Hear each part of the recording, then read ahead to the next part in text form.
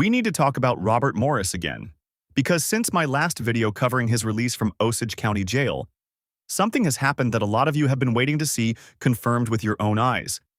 It is now official.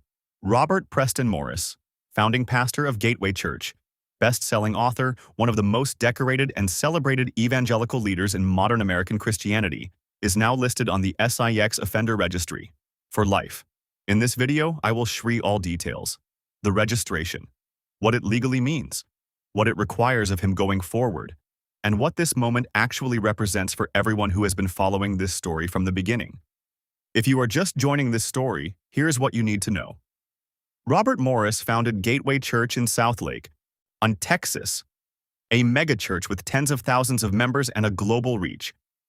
For years, he was one of the most recognizable names in evangelical Christianity. In the summer of 2024, a woman named Cindy Clemisher came forward and alleged that Morris had SA at her beginning on Christmas Day, 1982, when she was 12 years old. She said the abuse continued for several years. Morris initially maintained his innocence, but on October 2, 2025, he stood before a court and pleaded guilty to 5 felony counts of CSA. He received a 6-month sentence at Osage County Jail, a 10-year suspended sentence, probation, to be supervised by the state of Texas, and was ordered to pay $270,000 in restitution directly to Cindy Clemisher. He was released from jail on March 31, 2025, 2 days before his sentence officially ended, and upon his release he issued a public statement. I covered all of that in my last video. Link is in the description. Go watch it if you haven't. But today, we are talking about what has happened since that release. Here is the update. Robert Preston Morris is now officially and permanently listed on the Texas SEX Offender Registry. Not temporarily, not pending review, not subject to appeal, permanently. And I want you to understand exactly why this registration is for life. Because it comes directly from Texas law, and it is directly tied to the age of Cindy Clemisher at the time of the CSA. She was 12 years old. Under Texas law, when the victim of a sensual offense is a young one, particularly Cindy Clemisher age when it happened, the registration requirement for the offender is lifetime registration, or there is no pathway out of it. There is no time served that cancels it. There is no church statement or public apology that removes it. Robert Morris will be on that registry for the rest of his life. Now, I want to slow down here, because I think it is important that we understand what SEX offender registration actually requires, because a lot of people hear the phrase and move past it without really grasping what it means in practice for the person on that list. This is not symbolic. This is not optional. This is not a scarlet letter sewn onto a jacket that he can take off when he gets home. This is a legal obligation, enforceable, ongoing, and permanent, that follows Robert Morris beyond the courtroom, beyond his jail sentence, beyond his probation, and beyond whatever quiet life he says he intends to live. His registration requirement is quarterly. Every 3 months, Robert Morris must physically appear, verify his information, and update his registration with authorities. Every time he moves to a new address, he must notify. Every time something in his registration details changes, he must update. His name, his photograph, his address, and his offenses are publicly searchable by anyone in Texas right now. That means a neighbor can search his name, a school can search his name, a church, any church can search his name. The registry does not forget. The registry does not move on. The registry does not accept a statement of repentance as grounds for removal. That is what ongoing accountability looks like. Not in a sermon, not in a statement, but in the eyes of the law. And it is not just his name on a list. His registration includes his full record, all 5 offenses he pleaded guilty to on October 2, 2025. 5 felony counts of CSA documented, public, permanent record, not summarized, not softened, not filtered through a communications team or a church spokesperson. 5 counts. In black and white. Attached to his name.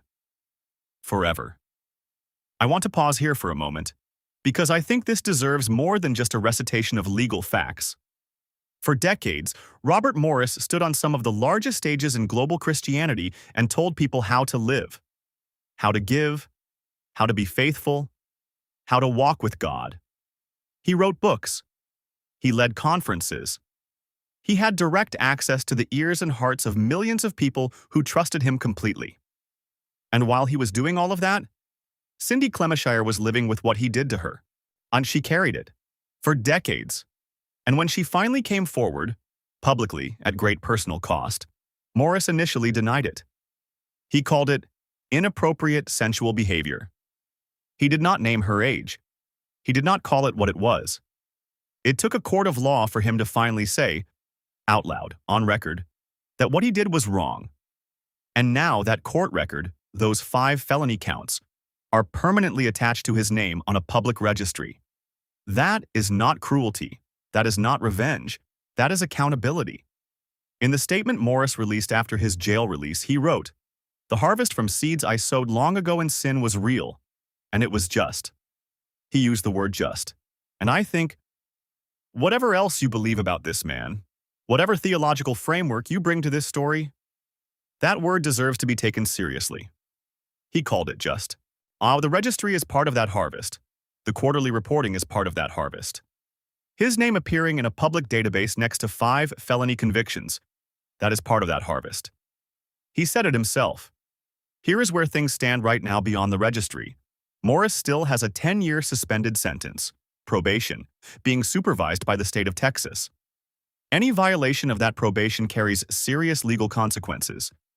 He has filed a lawsuit against Gateway Church, claiming the church owes him over $1 million in deferred compensation and retirement benefits.